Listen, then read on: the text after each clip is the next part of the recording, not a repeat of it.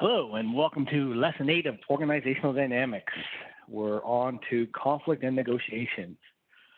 Well, this is actually the last class in the sequence, so I'm hoping everybody got a lot out of the course up to this point. We'll get to this last lesson, talk a little bit about the final parts of the course and the exam, and then hopefully everyone will have left with something they found interesting. So I'm going to start off again with how did we get kind of to conflict and negotiation.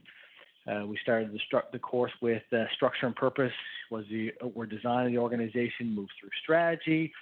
What is their purpose in the market? What's their way of attaining value? Talked about leadership. How do we get the internal mechanisms of the organization to direct the way we want them to, guiding people towards that work. And then we talked about power and politics. The issues that come up within leadership and throughout the entire organization when we're trying to get things done within the organization, led into change being really the new source of competitive advantage for most organizations because change is a constant, tying in with our kind of leadership, politics, and strategy conversation. Pull that through to performance measures and metrics. How do we show the people of the organization what's important to an organization? How does that reflect our culture? How do we pick the right numbers to make sure that we're aligned with our vision and values? Then last week we got right into culture and values, which is huge blanket, which is the outcome of all the other pieces. What do we end up with as an organization for employees? So if you're an employee inside an organization, all the work that goes into management and goes into organizational structure and purpose and leadership gets manifested in culture. So culture is the outcome. Culture and values are the things that people within the organization walk away with based on all the actions of the organization. So we really flowed it into the one pot. Now we bring that finally to conflict and negotiation. So why is this the last piece of this? Well, because when we get down to the individual's level within an organization, the real end of the line is conflict and negotiation. The everyday interactions that people have with each other, inside the organization, which takes into account kind of all the pieces of the organization, which is what we've talked about so far, but also all the pieces of the individual negotiation style, how individuals deal with conflict, up against how the organization's culture feels about conflict, how the organization's management structure deals with conflict. This is where kind of the rubber hits the road as far as organizations go. It really all comes together. So we're going to talk about conflict and negotiation. Every day people are dealing with conflict and negotiation issues. So also, this is a big week. This is the end of the course week. So we have the reading, which is a good reading. It's not overly long, but it's a good reading based on the other workload that's got coming through this week. We need to bog it down too much. So we'll have a discussion post as per regular week. Then we'll also have our writing assignment. I'll go over it in the question and answer session at the end of the course, just to give some people some feedback, make sure everyone's kind of on the right track with that. And then, of course, we have the exam. So the exam is going to be a multiple choice exam, kind of similar to the questions we've seen on the weekly quizzes. Once you've completed the quiz, you get to review your answers, but I don't think you can go back in and look over them again. So I'm going to do a review tonight at the end of the class of kind of the answers to quizzes 2 through 7, just to get it back into everybody's head, the kind of questions. Now, they're not going to be the exact same questions on the exam, but they're going to be the types of questions. So it'll be a good exam review to go over all those and make sure that we've got the learning in place. And then anybody who has any questions, any subjects or topics they feel they didn't get a good handle on, feel free to email me, and I'll pass on the information. It's not going to be overly difficult, but we're still going to have some kind of grips with the concept. Like I said in the very first class, this is a very, very big topic base. We talk about organizational dynamics. There is thousands of books, hundreds of people who, management consultants organizational development agents that have poured out tons of information, and we've just kind of come over at a 10,000-foot view and took a big scrape across the top. So there's lots of information. You want to make sure everyone gets the base concepts so that when they're working within organizations, they get a better understanding of how things work and why they work the way they do. So with that said, off we go. So tonight, I went over it briefly, but the same structure as usual. We're going to review Lesson 7, talk about how the discussion forum went. I'm not going to review the quiz questions because I'm going to pop them in at the end with the full review. We'll talk about the Lesson 8 reading. What are the key points? What are we looking to pull out of that? Lesson 8 learning objectives. What are we going to try to get our heads wrapped around between this lecture and discussion forums and some expansion in learning. And then we'll get into Q&A, talk about the exam and the writing assignment as well. So we got a lot to cover tonight. Should be a packed class. Keep on going. So Lesson 7 discussion forum. So last week's discussion forum. To paraphrase, basically says, explain the culture of the organization you're in or one you've been a part of in one word and why. So, when we look at this question, we always want to ask, what were we trying to achieve as far as expanding learning past what we went through in the class. So really, when we were talking in Lesson 7, we're talking about the importance of alignment when we talk about organizational culture. We're really trying to hit home that if we got to talk about one thing about culture that's going to improve performance, it's going to be alignment over a positive culture. It's about everyone kind of singing from the same songbook and moving in the same direction, because it cuts out a whole bunch of kind of misinterpretations, conflicts, things that slow organizations down. Now, the ultimate goal is to move to a very positive culture, whether it be a safety culture, performance culture, a personal culture, but it's really all about alignment. So when we ask a question, can you describe it in one word?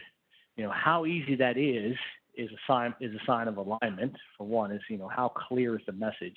If you have a clear word that pops in your head when you think about the organization, hopefully everyone else does along the organization, and it's driving towards that alignment. The other thing that it tries to do when we force it into a one-word answer, if you ask somebody to explain the culture of their organization, you probably get less than if you said, explain it in one word and why, because there's a lot of explanation goes into why someone selects the word as much as there is about the actual culture of the organization. So half the question is about what you think the culture is, and the second half is about how you describe it and why you describe it that way, because that triggers a lot of other kind of conversations around culture issues.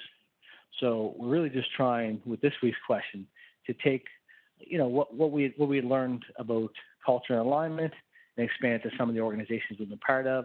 Get some people thinking about it in terms of a single word or a single message. We accepted some expansions to one word, 2 or 3 words, even a sentence, but really about kind of looking at that alignment and giving a little bit of a deep dive to an organization that you've been a part of. And lots of good stuff came out of that. Lots of interesting words selected. By and large, positive. Lots of positive words selected for the organizational culture, which is good. There's always a few negatives, but when we talk about positive organizational culture, if there's parts of the organization that are highly positive and parts that aren't so much, if when we try to describe the organizational culture, we're reaching towards the positive portions, that's always a good sign for the organization. It means they've got you at least engaged in the right direction, trying to move organizations that are, and as we talked about change, they're shifting cultures, shifting, organizational concepts. So there's places they've been, places they're going to be, and that cycle really takes culture through 3 places. You get your old culture, there's the change culture, and there's the new culture. So a lot of people get stuck in that organization of shifting, and we get misalignment, and we have to pull everyone through to new definitions of organizational culture. Either way, lots of good comments, lots of good information on that. I hope everyone took a lot out of that, especially on the safety side. Culture is huge. From a buzzword standpoint, everyone says culture, culture, culture, but hopefully after the reading on what is culture and this discussion forum and the lecture, people get a better concept of what culture is in general and safety culture as a manifestation. All right, very good. So that kind of puts the bookend on lesson 7, the exception of quiz we'll review in a minute, and puts us into lesson 8. So lesson 8 reading is designing an internal organizational system for conflict management, and it's out of the Dispute Resolution Journal. So this is a kind of peer-reviewed legal journal. So this article itself is very well written, and it's not kind of legal focused as much as some of the other articles in this journal are. Try not to use professional specific journals, like medical journals, legal journals, engineering journals, because they have a tendency to talk to a specific audience, a tendency to say, they're talking in legalese. But this one is very well written from a broad standpoint. And when we look at the authors, it's written by kind of 2 lawyers and 1 researcher from Israel. They've all got great credentials and backgrounds, but I think that this one came out less legal-y, if I could say that, because there's some input from some people outside of the legal part of it. From a legal standpoint, lawyers are very interested in conflict management, because when conflict management goes all the way south, it usually ends up with a lawyer. This is where kind of mediation, arbitration, lawsuits, wrongful dismissals, all these sort of things end up with lawyers. And, a lot of lawyers who are in the kind of mediation arbitration business are pushing organizations to have their own conflict resolution systems. It's expensive for organizations. It's time consuming for courts and mediators to be, third party arbitrating all kinds of conflict, when organizations are fairly well suited to do it themselves. And this article really goes into how you can set up there's like 3 parts to it: how you can set up a conflict management system, what are the issues with conflict management systems, and how the outcome of this particular conflict management system they use in the example worked. So really good information on conflict management. It's a really kind of front edge concept in organizations setting up their own conflict management systems. If anyone out there is part of a larger organization, a lot of them have already moved in this way, have their own internal mediators or panels, groups of employees and management, trained in mediation to work through issues. Because the farther issues get escalated, the more costly they are to the organization as a whole. And that's from a financial, culture, a personal standpoint, turnover standpoint. The most conflict can get solved the lower level down within the organization, the better it is for the whole organization. So really, if we want to go into the key points of this reading, that we're going to take some stuff away and make sure we focus in on it. One of the good points that they make here is they talk about conflict resolution structures are directly tied into the culture of an organization. If we think about the lesson we did last week, that really makes sense, because if culture is a manifestation of the beliefs of the people within an organization, this is how kind of the internal values are expressed. Well, then when it comes to conflict, the way people within the organization approach conflict is going to be using those same internal values and understandings. So they're going to think about conflict the same way they think about all the other parts of the organization. And they also, in this article, tie it back to not just culture, but structure. Now, structure feeds culture, but, the conflict of a very hierarchical organization with a very rigid organizational culture that values kind of subordinate relationships over peer-to-peer, it's going to have a certain way of dealing with conflict. Mainly it's going to go up to the next level of the organization to kind of mediate conflict.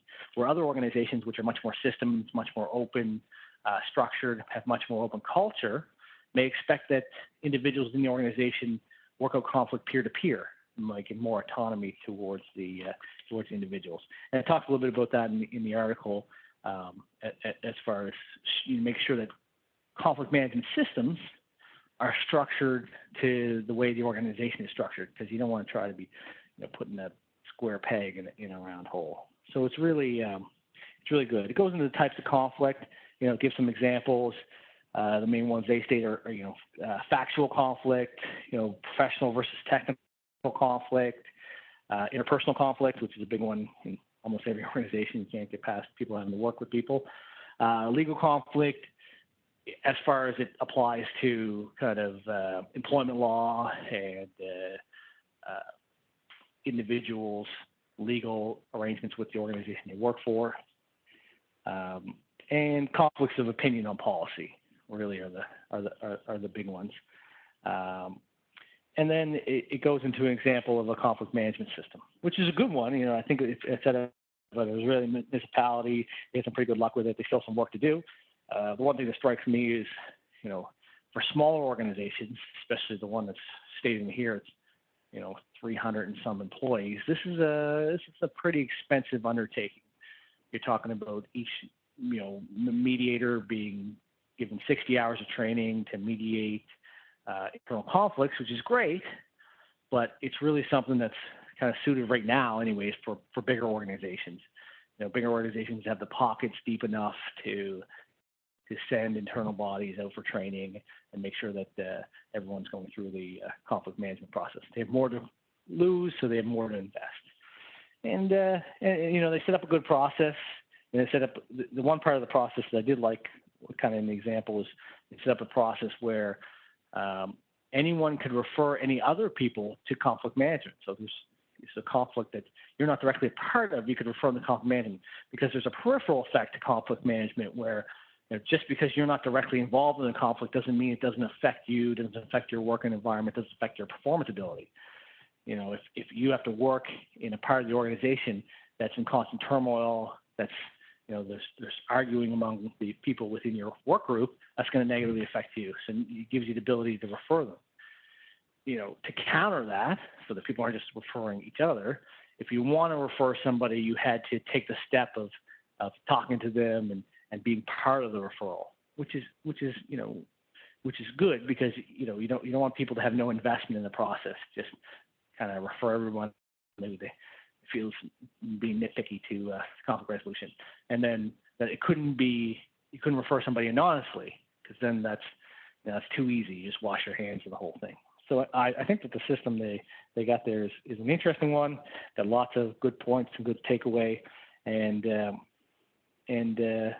it's a good read.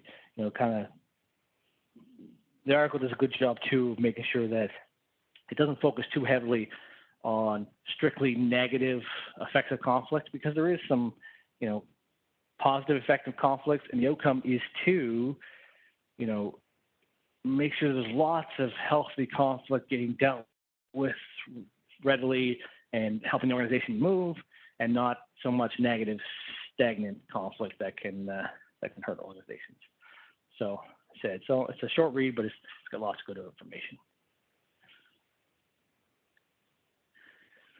So, lesson objectives for Lesson 8. We want to try to understand the role of conflict within organizations. Then explore the impacts of different types of conflict on an organization and its employees. Identify the different negotiation styles and concepts and the concept of emotional intelligence. We did touch on emotional intelligence once before, but emotional intelligence is really that ability to step back from yourself, realize how your own emotions affect situations, look at your own emotions, and then change them based on the situation, whatever most appropriate. Then explain conflict resolution and the impacts of unresolved conflict. So it's really a conflict smorgasbord tonight. So the first part of that is understanding the role of conflicts within organization. So when we start to take a look at the role of conflict, we got to understand sources of conflict. And the article gave 5, which are good 5. There's also kind of another way that puts it outside of, that talks about kind of the individual's interaction with the work environment, but you can also think about it as a system standpoint, as an organizational problem. So what organizational problems cause conflict? So communication problems cause conflict, poor communication lines, missing or misdirected communication can cause sources of conflict. Another one that a lot of organizations get into is ambiguous rules. So when the rules of the organization are not clear, they're open to a lot of interpretation, they're applied differently for different individuals, that's often a source of conflict because there's always a negotiation around the rules. Scarce resources, organizations that are operating on a very lean resource budget. Everyone's striving for the same parts of the organization. This was somewhat popular kind of management process where if you keep the resources as lean as possible, you get the most out of those resources, but you also get a lot of conflict and you get a lot of unhappy employees as well. So another one is task interdependence. So the more that my task is linked with the next person who completes the task, or my group is more linked with another group, the more task independence you have, the more conflict you have. Now, all conflict's bad, there's lots of opportunity for learning, but that is a source of conflict. When you have a handover, you have one task leading to another task or task blending, you definitely get some negotiation in between. Different values and beliefs.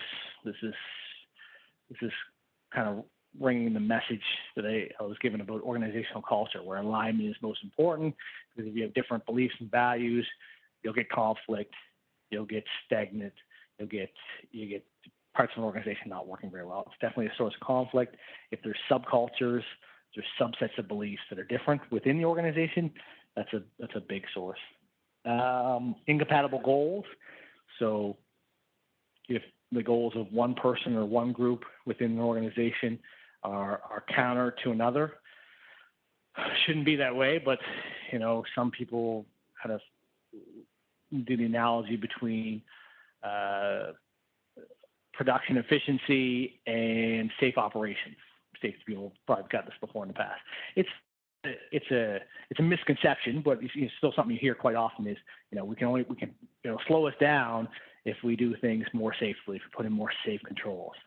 Really, at the end of the day, you end up gaining efficiency because people feel more comfortable doing tasks and you have a better individual efficiency. But when there's incompatible goals,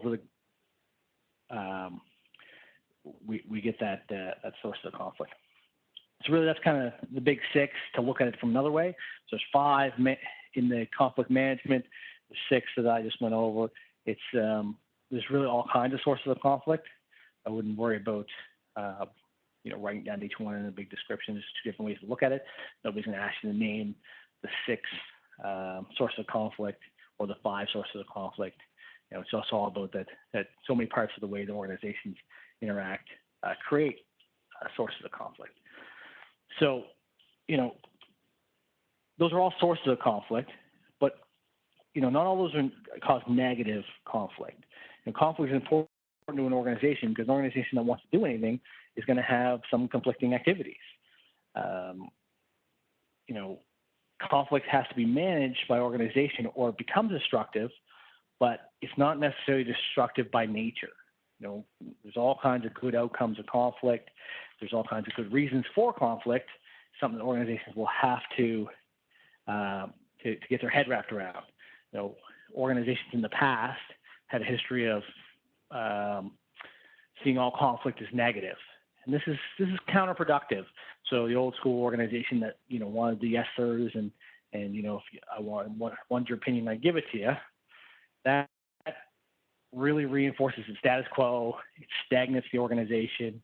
It prevents new ideas from being inputted anywhere except at the top. And from a safety standpoint, it's actually very dangerous because sometimes conflict arises because people, somebody with a safety issue that's not being addressed by their direct report or direct supervisor will have a conflict.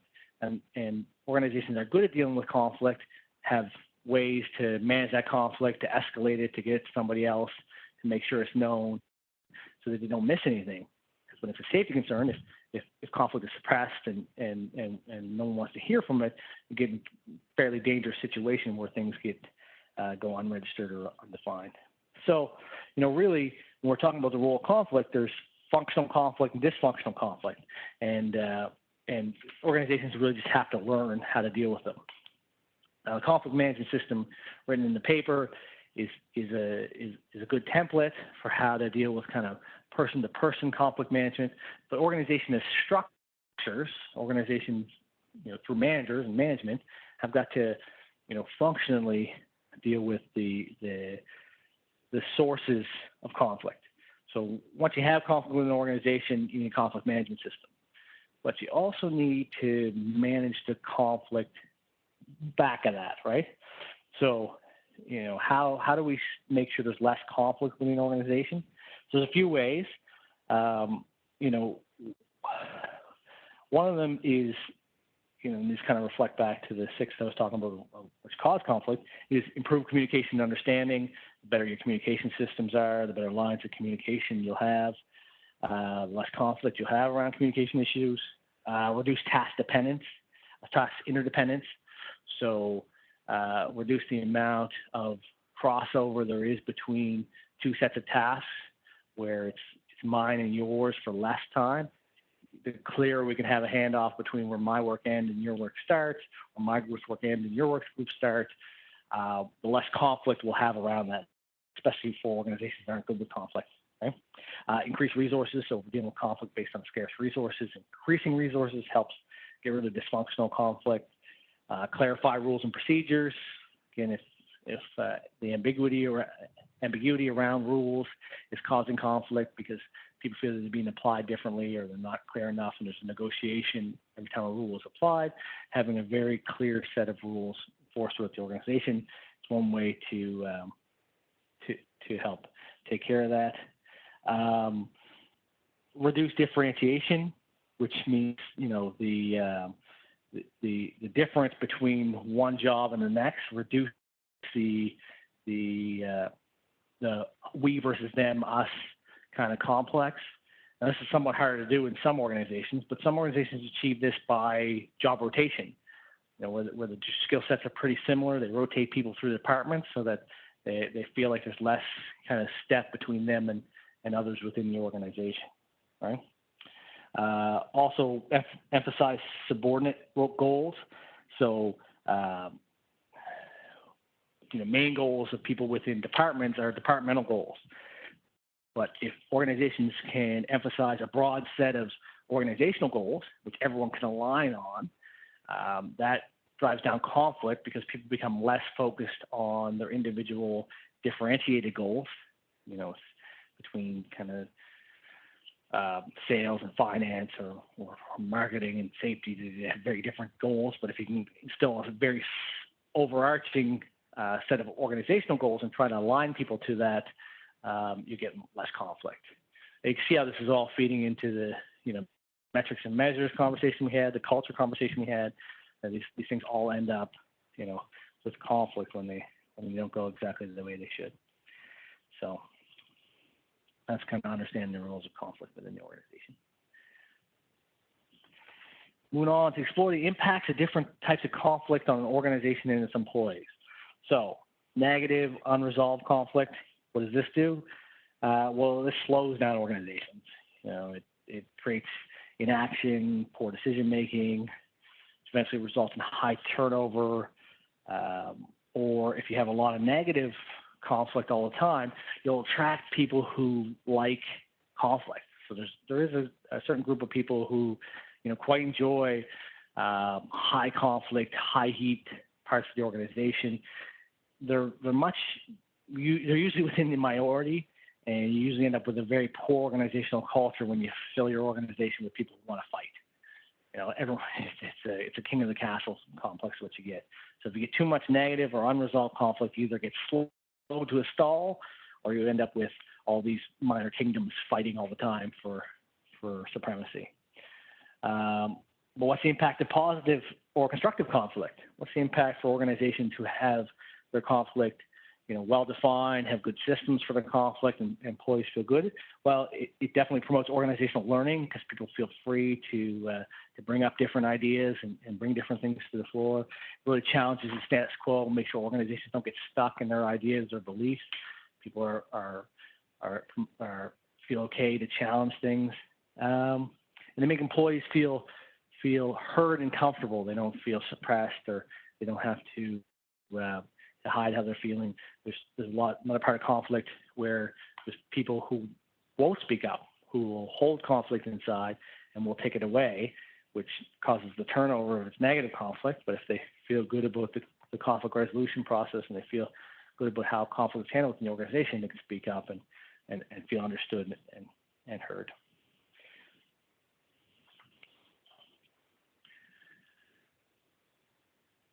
Okay, so we'll jump from conflict and negotiation, and there's a real blurred line here between conflict and negotiation. And we're talking negotiation in this unit, although it's basically the same principle. Not talking much less about kind of negotiations as in business negotiations, sales negotiations, cost negotiations, where there's two parties from two different organizations negotiating for something across the table. Or get to yes kind of negotiation, or kind of big union management collective agreement negotiations are slightly different. It's still the same concept. When we talk about negotiations in the form of organizational dynamics, we're talking about internal negotiations. So anytime that you have conflict and there's two conflicting parties, you're going to end up with negotiation. Negotiation occurs when two or more conflicting parties attempt to resolve divergent goals by redirecting the terms of their interdependence. So we have a relationship. There's some conflict in that relationship. We need to change the way that relationship works. That's negotiation. So this happens between individuals, happens between groups, but really focused on how it happens within the organization. So there's a chart here, kind of goes over the styles of organization, and really there's kind of two factors that really play into how you approach a negotiation.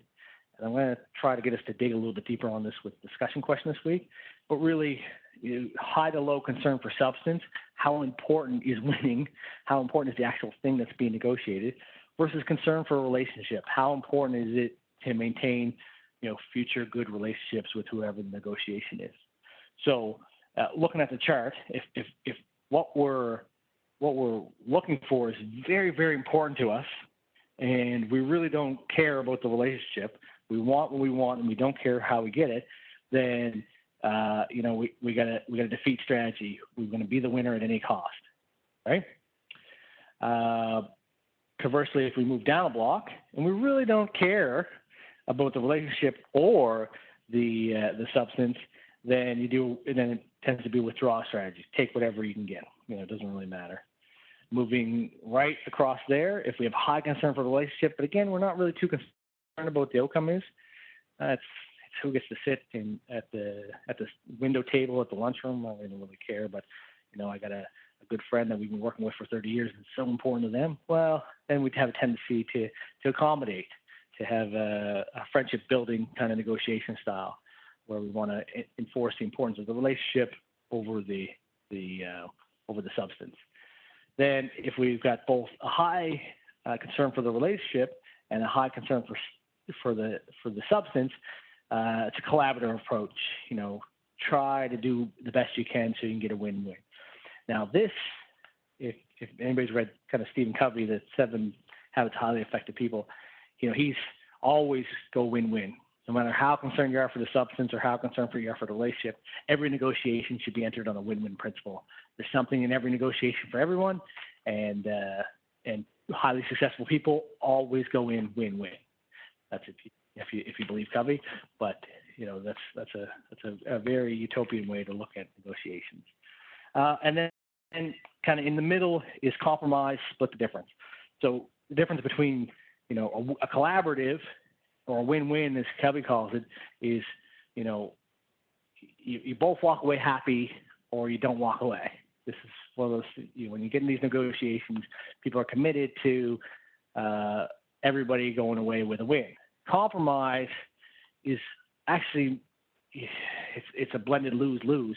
Is somebody's going to get both parties are going to give up something and walk away a little bit dissatisfied. So there's compromise, although it sounds good, is usually a kind of poor outcome for most negotiations. So there's one more kind of factor that comes in on how you pick your style.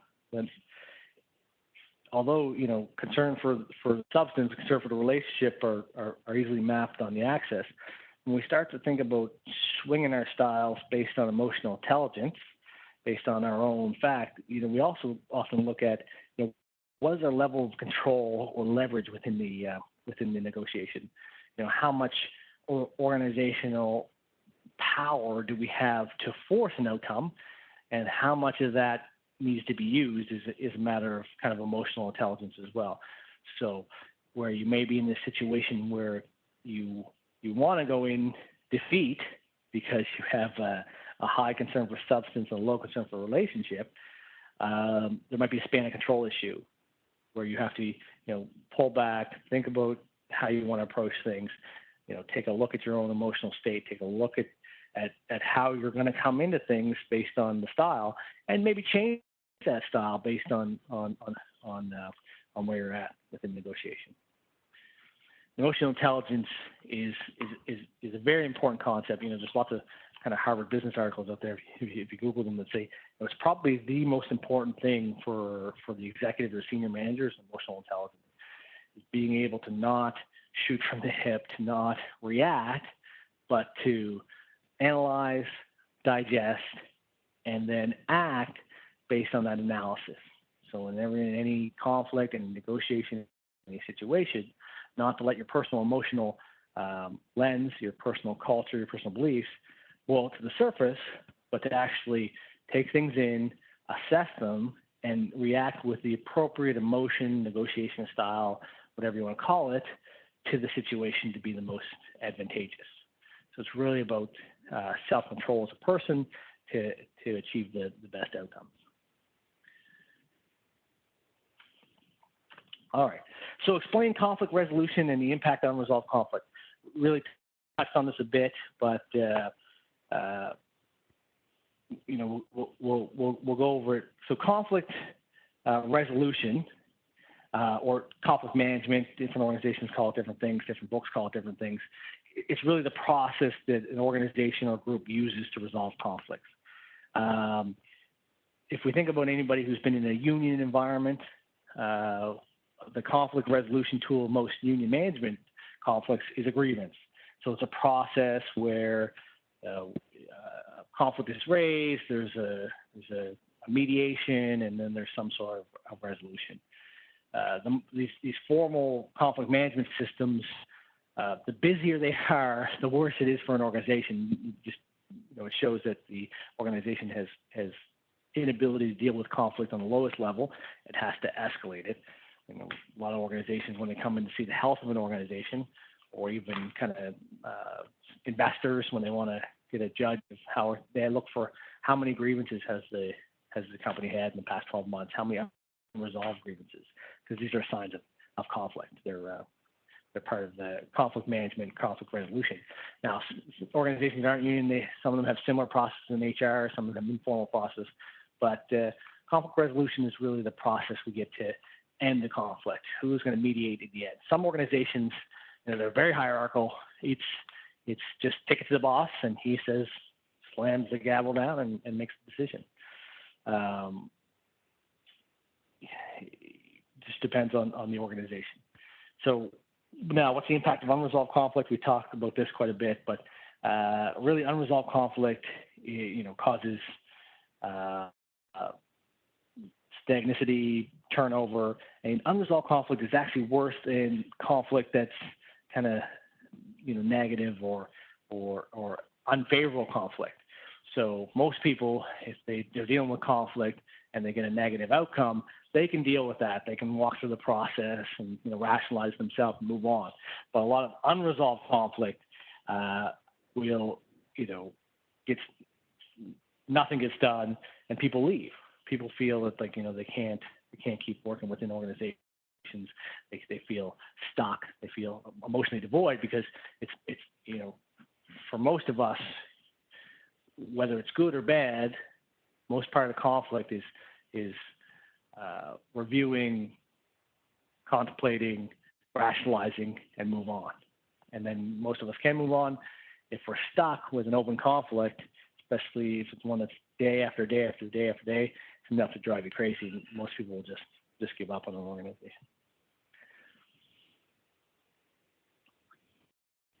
Okay, and this leads us to our discussion question for this week. What is your primary negotiation style? So if we go back to the chart, are you mainly a defeat style? You're going to win at any cost. Withdraw. You like to take what you can get. Collaborative. We're looking for win-win. Accommodate. Try to maintain relationships. And a lot of this has to do with where you are within the organization, what most of your negotiation is about, or compromise. Try to get a little bit from each side.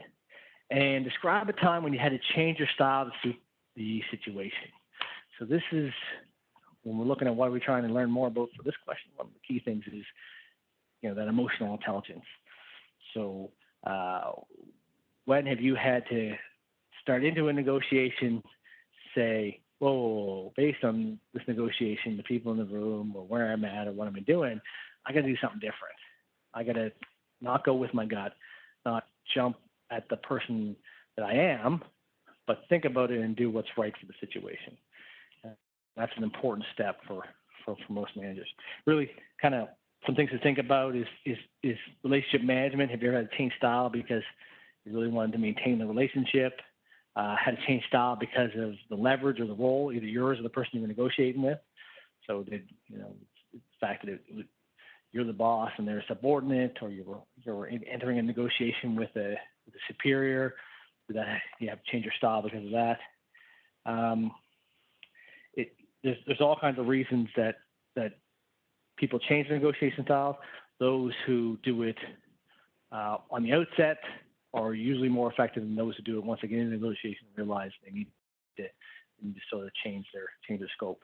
So one of the big steps of getting good with emotional intelligence is doing that assessment, is thinking things through before you ever step into a situation of negotiation. Okay. With that said, questions. So the writing assignment, I want to go over that for this week. We've got a packed week. Make sure everybody gets the information they need. The writing assignment is, what is emotional intelligence, and how important it is to negotiation and conflict resolution? So very much touching on what we've been talking about in the last couple of slides. I think it would be fairly easy to get a lot of detail about emotional intelligence. It's fairly readily available on the internet. It's a very well-studied topic. But for the paper, we're looking for, as well as an explanation of what is emotional intelligence, how is it important in negotiation and conflict resolution? So how is it used?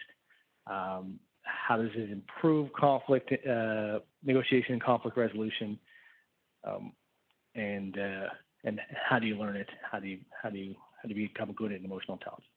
So I think it's fairly straightforward, and it's one of the more important things to learn when we're talking about organizational dynamics. No matter where you are with an organization, you're going to deal with conflict. Your gut reaction to conflict is not always going to be the best for your situation, for you or your organization. So we can learn emotional intelligence. Some people come naturally to, some people take some work. We can end up getting the most of the individual interactions, negotiation, and conflicts. Okay, so any questions on that? Feel free to shoot me off an email. I'll clarify, as always, no issue whatsoever. So now I'm just going to do a quick exam review. I'm going to go over the quiz questions from lessons 2 through 7, not 8 because we're about to do it, and there was no quiz for lesson 1 to do a live class. But really, I'm going to go over these because these are the same types of questions that are going to be in the exam. They're all going to be multiple choice. They're based on the same, and give you a kind of flavor for what we're going to be looking for. And if any of them you couldn't recover, quick review. So starting with lesson 2, Which statement best describes organizational strategy? So organizational strategy is planning and actions intended to shape the organization's competitive stance within the market.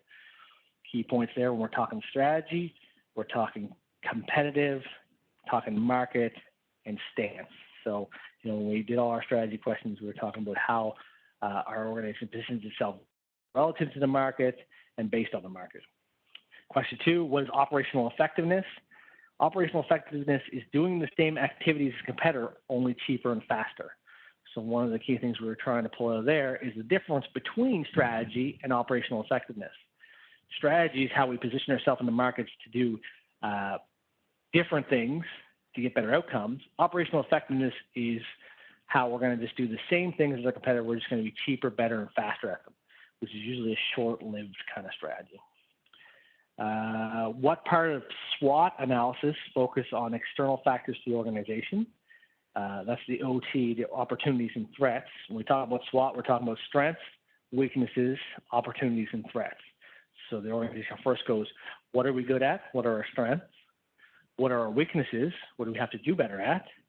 Where are the opportunities outside of our organization where we can do better? And what are the threats? What are the forces outside our organization that are going to cause us problems?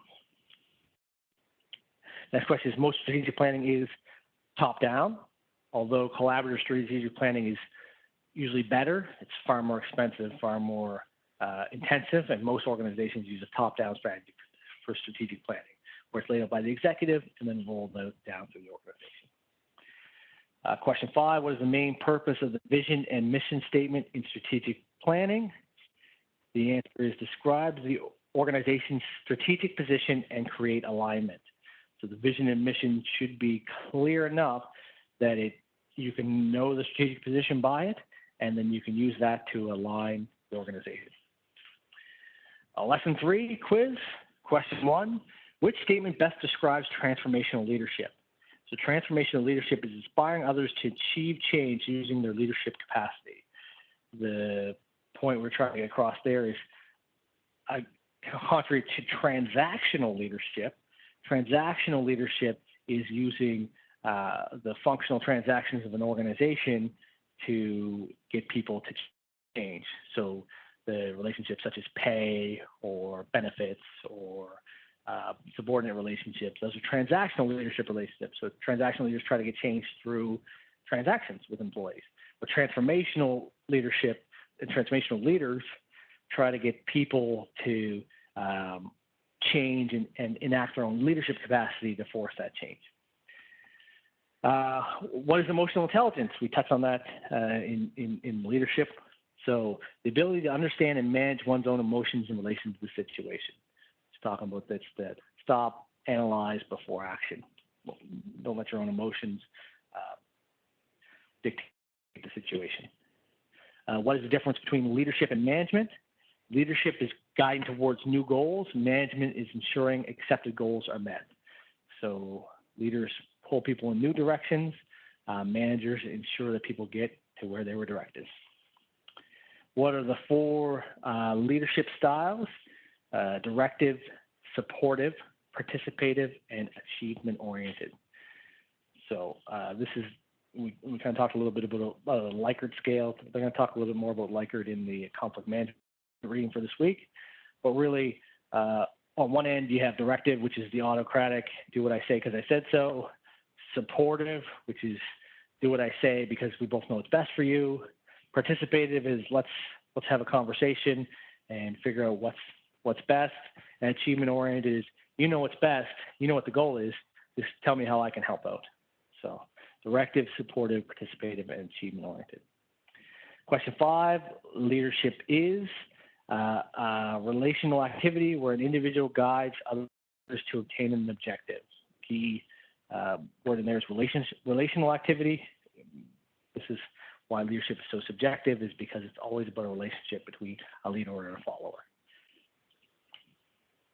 Lesson 4, embedded power structures are organizational rules, formal and informal, that govern how power is allocated. So this is talking power in politics, We're talking embedded power structures. These are rules, formal and informal, that govern how power is allocated. Question 2, the statement power is relational means power is generated in the context of the relationship with others. No one has power when them by themselves. Power is all about those people you have power over.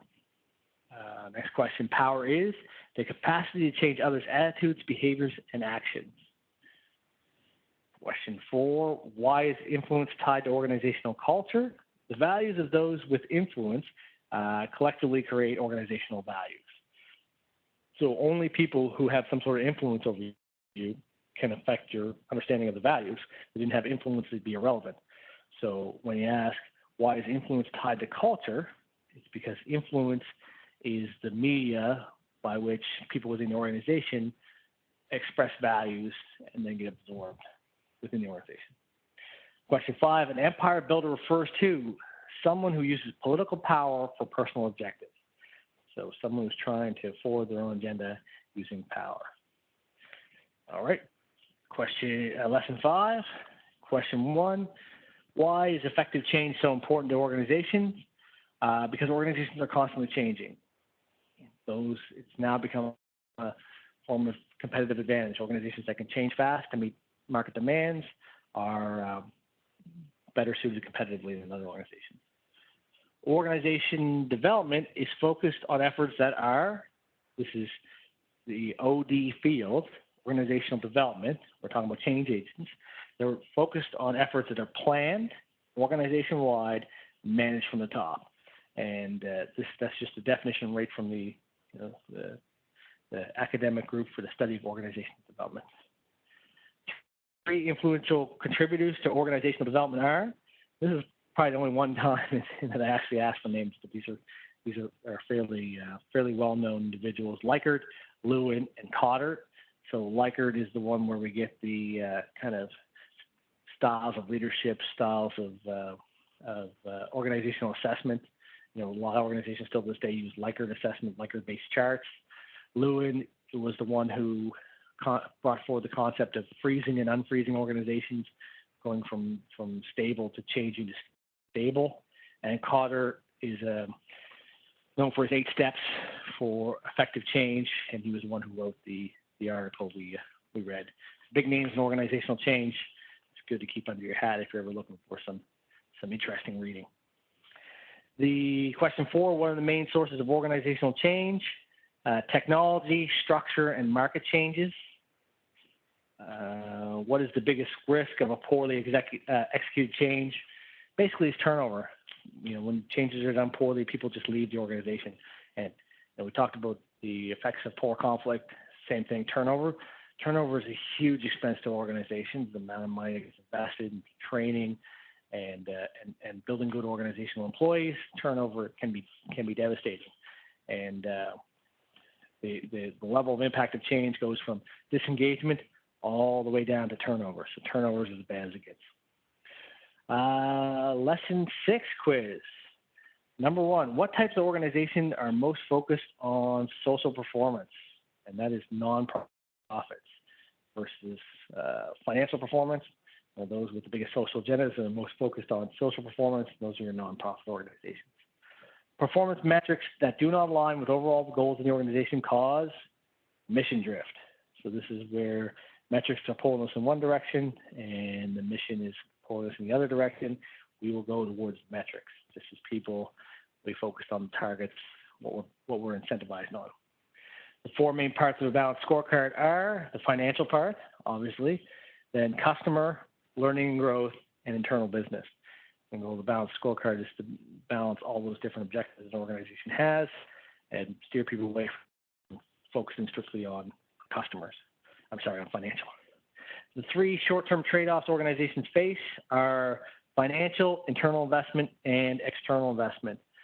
So this is about, there's only a finite amount of resources, and in the short term, organizations have to make decisions about how much capital they keep versus how much they invest inside in their employees and their organization and equipment, and how much they invest externally into their customers, neighbors, and social responsibilities. And those organizations that do well in the short term but very poorly in the long term, pull too hard towards short-term financial growth. And that's not always necessarily just their issue. We have a financial system that's kind of geared to push that sort of performance, but smart organizations are in it for the long run. Then most external performance metrics are lagging indicators. So when we talk about leading versus lagging indicators, most of the ones that organizations promote externally are the lagging indicators, are the end of the line metrics, which tell you something about where the organization has been, but tell you very little about where the organization is and how to improve the parts to make the organization better. I'm going a little bit long tonight, but this is our last class, so send her off with a bang. Lesson 7, question 1, what are 3 types of values?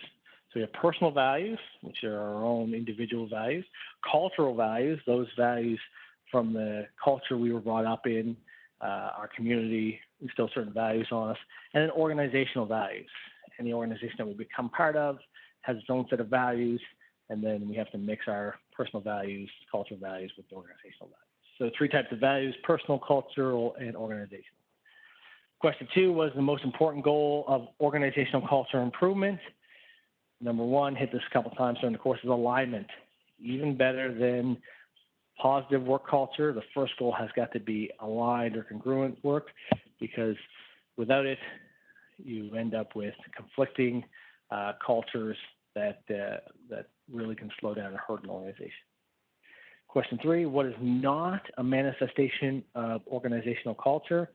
Profit. The 3 that were listed there that are manifestations of organizational culture are humor, rituals, and jargon. So back there, when we step back 1 week now, when we talk about organizational culture, we're talking about how those internal beliefs and kind of internally held understandings of the way organizations work. How do we see that? Well, they come up in these manifestations. They come up in the way that humor is approached, the rituals of the organization, the way people within the organization talk. That's how we start to see culture. Values are stable, long-lasting beliefs that guide behavior. That's why value and culture is so tied together, is you need the right values to get the right culture. The values are what drive culture. Stable, long-lasting beliefs that guide behavior. And finally, question 5, one way humor affects culture is by establishing cultural boundaries with inside jokes. So this is how we know who's us and who's them, who is inside and who's outside. A lot of times we'll have inside jokes. We'll have humor that's based on the dynamics of the organization, and those who are in get the joke and those who aren't out. So when we need to quickly decide who's in and who's out, humor can do that for us. So big week. I know everybody's got a lot to do. It's crunch time. So if there's anything I can help with, anything you need input on, feel free to send me an email. I'll get back to you as soon as I can. Something that the whole class can take away, I will post it or send out a mass email to make sure everyone gets the same bit of information. With that said, that's really all I got. So good luck this week. Hope everyone does very well. And when we're all done, be sure to fill out the course evaluation. Very important for the university to know how the course went, what your thoughts on it were, how did it go. So if when you're finished the course, to get your completed mark, you got to fill out that course evaluation. So please do that. And it's been a really great course. Thank you.